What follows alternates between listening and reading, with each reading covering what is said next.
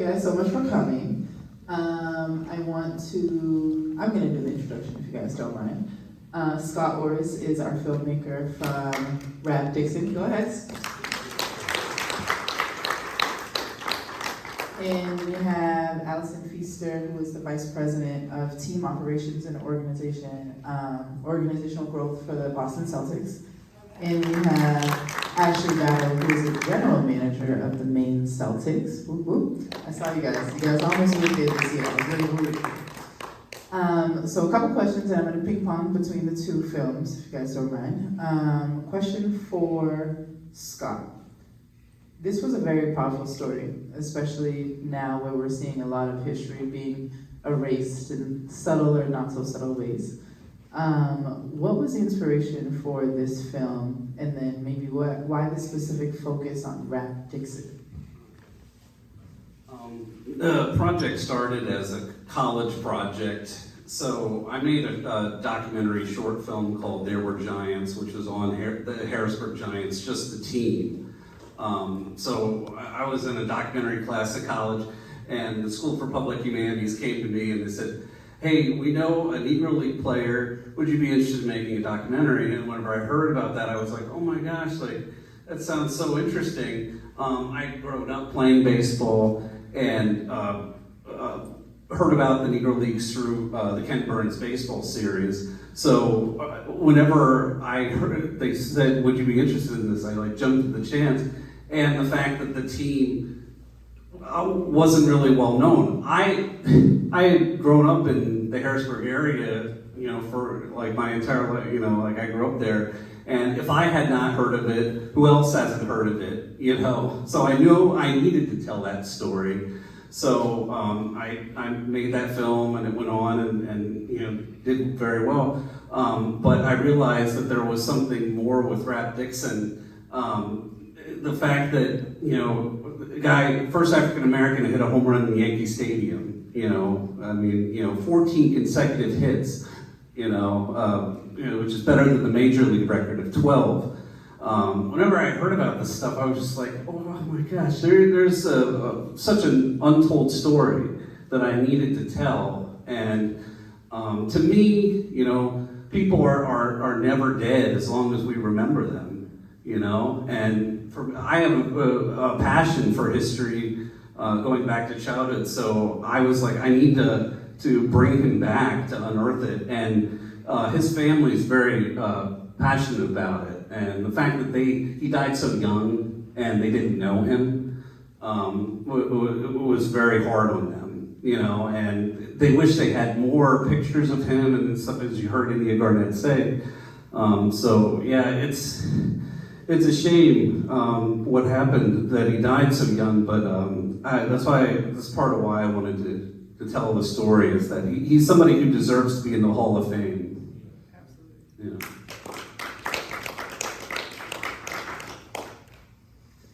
And from Can't Retire From This, we saw a similar kind of theme, a similar kind of story being told, but that of women in basketball, right? And we know we're coming up in the WNBA right now, but in that film we saw a lot of similarities, although everyone has their uniqueness within, right, in how their story was portrayed. There was a common thread of women that just landed in a space a lot of times, or were pulled in a certain place, but there was a loss, right? They didn't know where they belonged or how they can get involved, and where was the end line? Where was the dream for women in basketball, especially with some of the women that we saw in the earlier ages, right, before WNBA times. Do you ladies mind sharing, what are your similarities, or how do you correlate with this film and resonate with your own story? Thank you for having us, and thank you so much for telling the story. Learned so much today, and I'm just really appreciative of that connection to history. The connection and the threads that link us, I looked at Can't Retire From This, and it's literally my story. Learning how to play on a makeshift hoop, watching my big brother play, and that's really probably the only reason why I started playing basketball. Identifying with feeling, safe and a space to be expressive and physical and aggressive and still not feel like an outsider.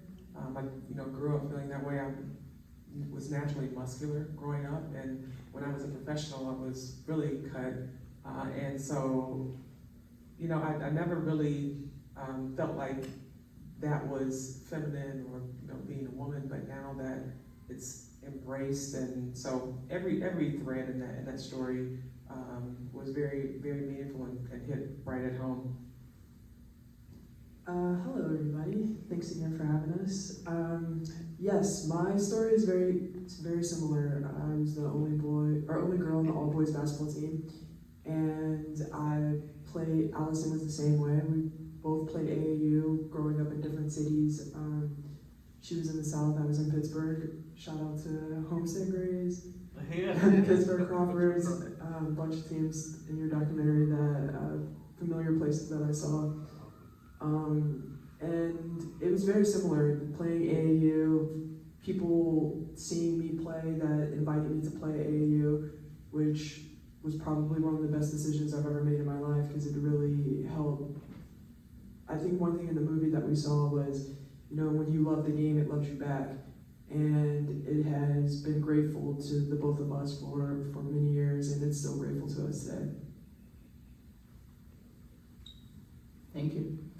In the Rap Dixon film, you showed us a lot of historical images, a lot of kind of little clips and pictures of memorabilia and things.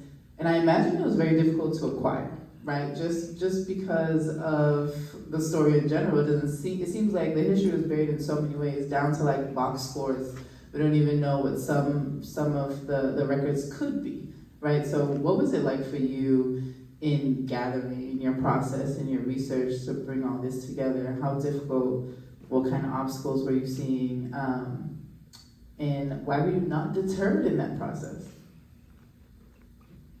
Well, so I just want to be honest, this film took 7.5 years to complete. So it didn't happen overnight to find these, all of the box scores and all of those articles that you see in the headlines with rap and everything. It was a lot of research through a lot of different databases and getting access to them over the years and finding out, and then them actually uploading them more. So it's like, the big challenge is that, not everything, I can't, is my access to everything. So I was constantly running into the fact that, oh, look, here's a brand new one we just uploaded to newspapers.com or something like that now I can, and rap's in this or something, So it was always a challenge, and I love history. I'm one of those people, I'm like a big nerd for just research, and I just do these deep dives, and that's like my happy place. So is to do research. I just love it because you're uncovering, who these people are, and it's like you're going back in time. I mean, really. It comes to life through the, I imagine the box scores and like what that game was really like and stuff like that. And you see the pictures of like, the stadium then, and you see rap then, and it's like, oh, I can kind of picture it all in my head. And it's just that whole thing of like going back in time and the time travel thing. I just love unearthing stuff. It's just very fun for me. I have a degree in history and also film. So it was, I'm very passionate about it. So. Thank you. Right now we see a momentum shift in women's sports, I think. Overall, I know we know Caitlin Clark, the phenomenon that came onto the scene. We have the Bayou Barbie. I grew up watching Maya Moore and some other folks back in the day, but I know that the seats are fuller than they used to be. What do you guys think this momentum shift means for the game, for girls that are starting off now? And how does it make you feel, just seeing where we are now versus maybe where you were when you were the little one joining into the game? Wow, it means means a great deal. I played in the second year of the WNBA, and 10 years after that. I played 17 years in Europe concurrently. So Penny Toller was my teammate in Los Angeles for 3 seasons before she became the general manager. I was probably one of the players when LaChina Robinson went to watch the Sting play. So it's just, it's this culmination of explosion of, the platform that makes women's basketball, women's sports in general available is just tremendous. My daughter is in college right now, and just knowing that she will be able to take advantage of this wonderful moment is just like full circle for me. I'm not as old as Allison, but no, I think it's absolutely fantastic. I think women's basketball in particularly has been great play for such a long time, and it's great to see others enjoying the sport as much as we have enjoyed the sport for so many years.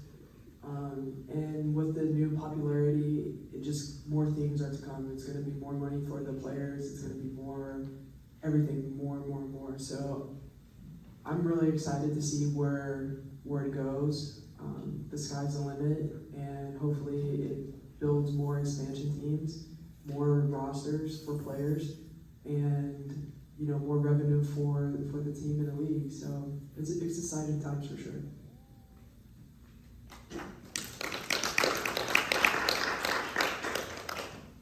Scott, we appreciate you bringing this film to this stage and sharing it out here.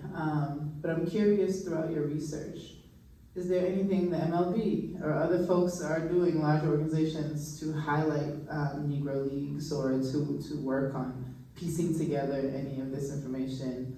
And if not, then what would your message be to some of those organizations? Well, fortunately, there are a lot of organizations, but of course there could always be more.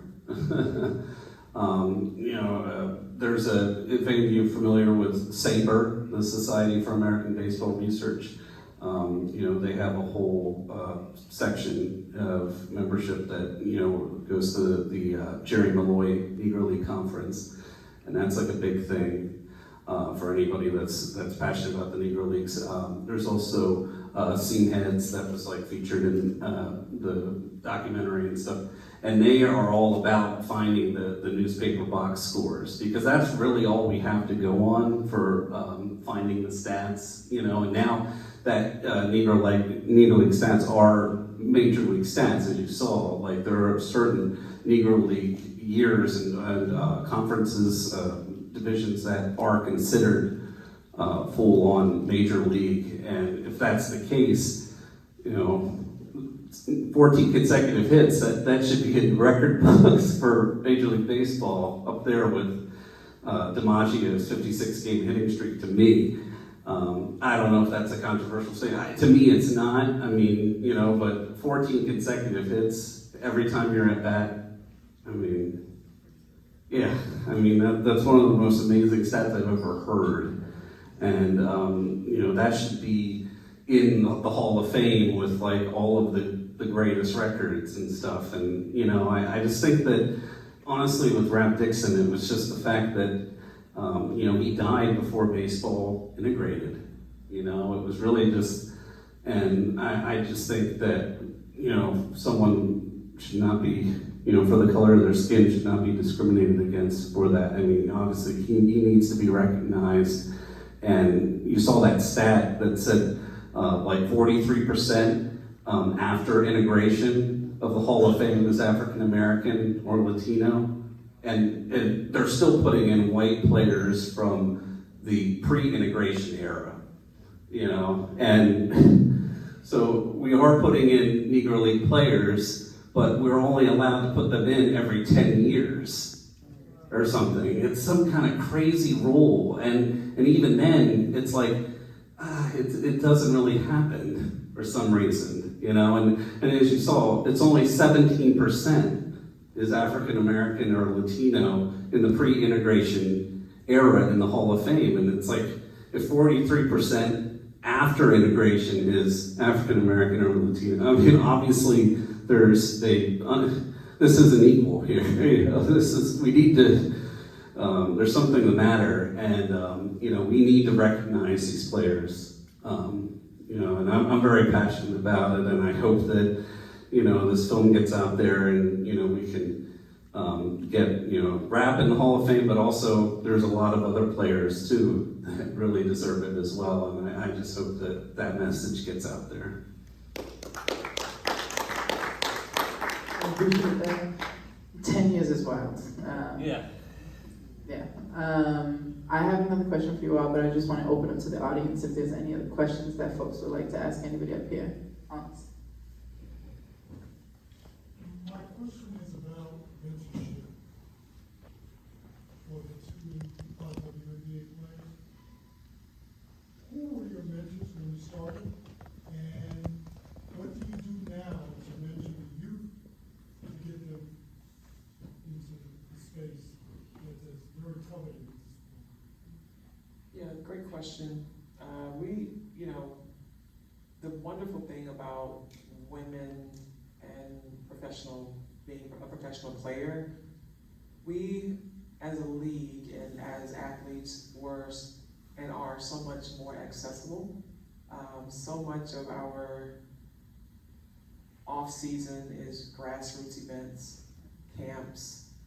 I've been all over the world through sports diplomacy. I've been in Myanmar, in Philippines, in Suriname. I named Colombia, all over the world doing grassroots girls, women empowerment through sport. And so we're well-rounded like that, but we also understand that it's a pull as you climb space. And so I personally take it very seriously. She was one of my mentees since I'm older than she is. It's just a part of what we do. It's the right thing to do, and we understand like this. It only grows as much as we plant, water, and nurture the seeds. So. Yeah. I mean, I think that was very well said. And again, like this is one of my mentors. And I can't say enough about how much she pulls everyone up, but I'm gonna make it about you because you deserve it. So it's one of those things where you see people and you aspire to be those, and she's one of those people who does great things not only on the women's side but also on the men's side of the sport. And there's people within colleges, organizations. I mean, I don't know how many times I've been asked, "Hey, can you connect me with Allison?" I'm like, I gotta ask because she's busy. So there's always just people trying to help. And then with us, being in the sport, it's also just trying to make sure that there's more, that you're growing and trying to advocate for more and more women to be a part of the sport as well. Just a few questions to the gentleman as far as what do you think is the reason that Dixon didn't get the notoriety, but like you said, because Robinson integrated and he was citizen. And also to the two women, I just remember that the old basketball team, Old Dominion, going against Ellis out of Louisiana Tech back in the days. Yeah. And then just to talking to WNBA, love the comments and everything. And also, Ms. Gibson, do you have a guy that plays college basketball, and what does she play, and what does she? Yeah. Okay.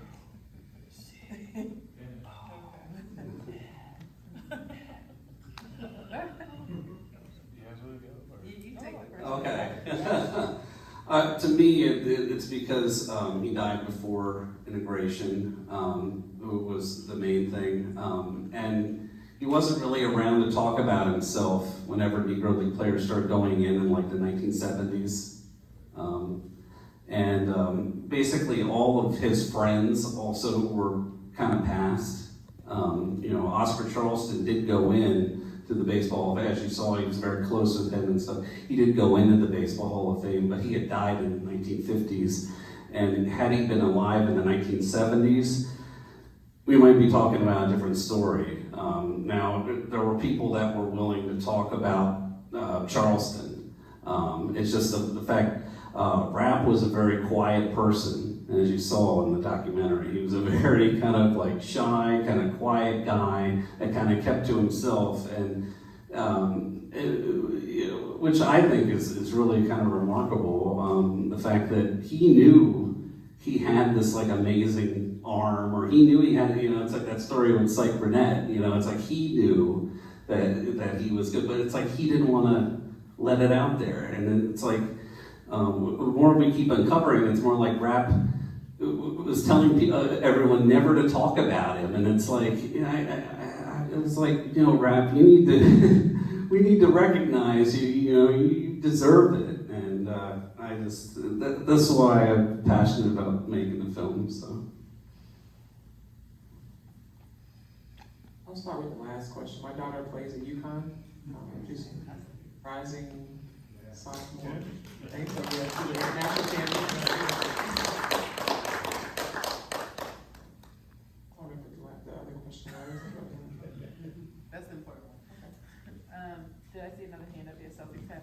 Oh, sure. So I have a question for all three, honestly, but I'll narrow it to one.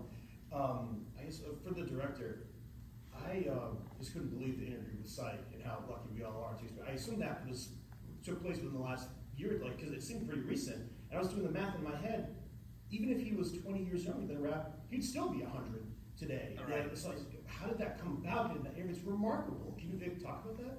Yeah, it took place in, what was that, the fall of 2017, that interview took place. So, like I said, I've been working on this movie a long time. He passed away in January of 2018.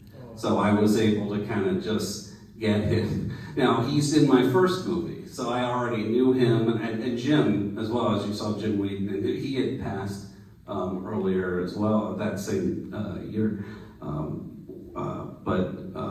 In 2017. So Psych, I was very lucky to get him, and he was the last person that we knew of who knew Rap that was living.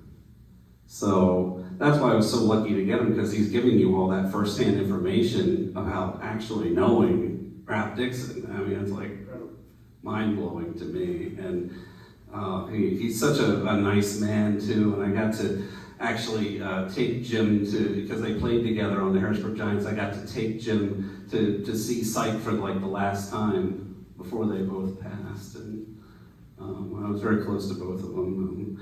My great grandfather was friends with Jim Wheaton. They bowled together, so that was part of the connection. So.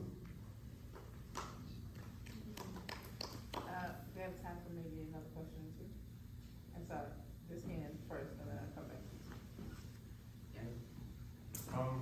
Thank you. My question is about just Black folks' stake in sports. So I was talking to my great grandmother last year, and she was, telling me about going when she was a young girl. She would go to the Black Yankees games at Yankee Stadium in New York in the early 40s, and she was just talking about how folks are just so proud of what they had, and like just the joyous occasions that it was, and how after integration we see Black folks having less of stakes in teams and in organizations and in the institution. And I don't know too much about what that looks like with like representation, sort of like management and things within the WNBA. So I'm just interested if y'all can speak about that. I know that you're more so in the filmmaker side of it, but perhaps if you can speak about what a stake looks like for Black folks in these institutions. I would say in the W, I'm not quite sure about ownership. I know Renee Montgomery is a minority owner in Atlanta. And I think Serena just became a part owner of the expansion team Toronto Tempo. So there's more and more people getting involved in ownership with the WNBA, and as far as the front offices of the WNBA aren't as big as NBA or other sports leagues front offices. So, I mean, it's a skeleton crew. So you see more and more women are getting in the front office of WNBA teams. There are men who are general managers as well. There's probably, would you say there's more men coaches than women coaches? Yeah, more men coaches than women coaches in the W. And yeah, that's probably, but you see more and more people trying to get involved. You raise a very important and interesting question, though. When you think about the demographic of certain leagues and versus the ownership demographic of certain leagues, obviously the NBA is 70+% African American players. Don't think that it's not the same, in terms of demographic on the ownership side, nor on the management side. Got a long way to go, and I would say football is probably similar, NFL, and you can take a snapshot of all the leagues. I think though the wonderful thing, players do have, while they can't have ownership stake in the league in which they play, they can have ownership stake in other leagues. There are basketball players who are part owners of the Red Sox, part owner of NWSL teams, WBA teams are starting to have ownership stake. Soccer teams. So it's times are changing, but we still have a ways to go. Superman. Yes. I usually try to hide it. We're here from LA, so congratulations, UCLA Bruins. I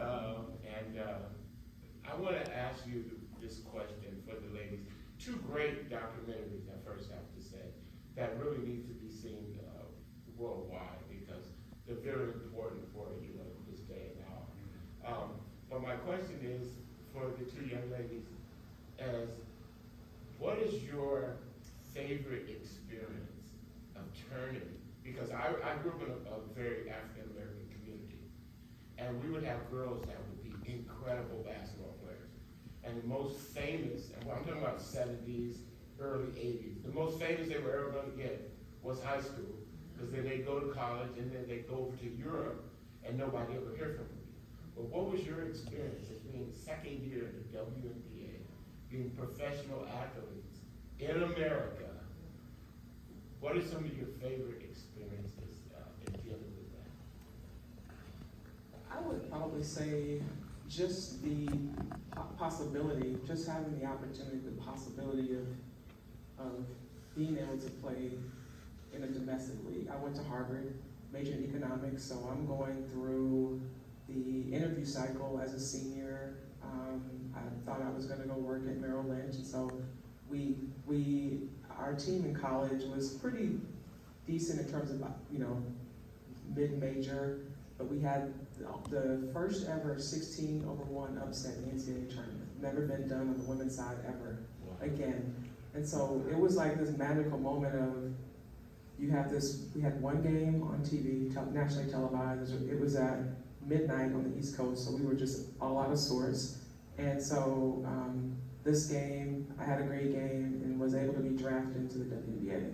So that for me was like opening up an entirely different world. So it's hard to pinpoint just one moment, but I think that was probably the pivotal moment for me in which basketball was used as a vehicle to change my life. So I can name many instances of major or big games, but that really was like the pivotal moment for me. And I'll take the last one. I saw your hand up. Oh, sorry. I mean, You go ahead. no, I would say,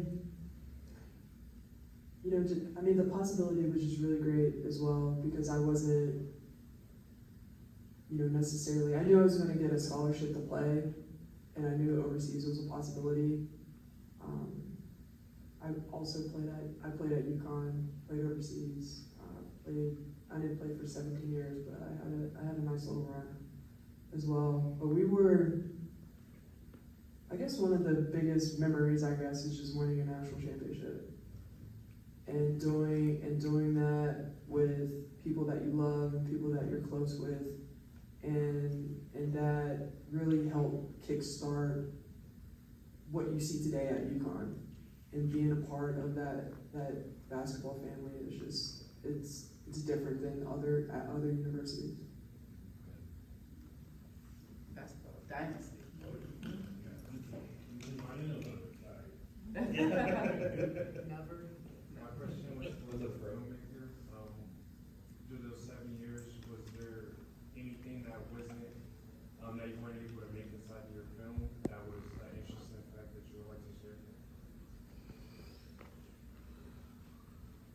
Well, just the fact that there are many others other than rap, really. John Donaldson, a pitcher, should be in the Hall of Fame. Who said Dick Lundy, he should be in the Hall of Fame. Cannonball Dick Redding. I can tell you for a fact, Psych Burnett said that Rap said, Psych said that Rap said Cannonball Dick Redding was one of the best pitchers he ever saw. So I would love to focus on so many of these other players as well, but I felt Rap's story especially needed to be put out there because of how quiet he was, and he wasn't willing to really talk about himself and the fact that he died before integration and stuff. So I felt that I focused on him, and I'm very passionate about him and had access to interview his family and stuff, but there are so many others just like him. Like we said, even on that Harrisburg Giants team, Fats Jenkins, now Fats was inducted into the Basketball Hall of Fame, as we said, but he was a fantastic baseball player if you look at his stats and what he was able to accomplish. Like I said, 350 batting average for that outfield for 4 years together. It's outrageous, so we're talking about elite level talent that needs to be recognized, and I think that we need to do everything we can to make that happen. I want to say thank you. I appreciate you guys for sharing your experience, you for sharing your film, and I want to thank all of you guys for coming to watch.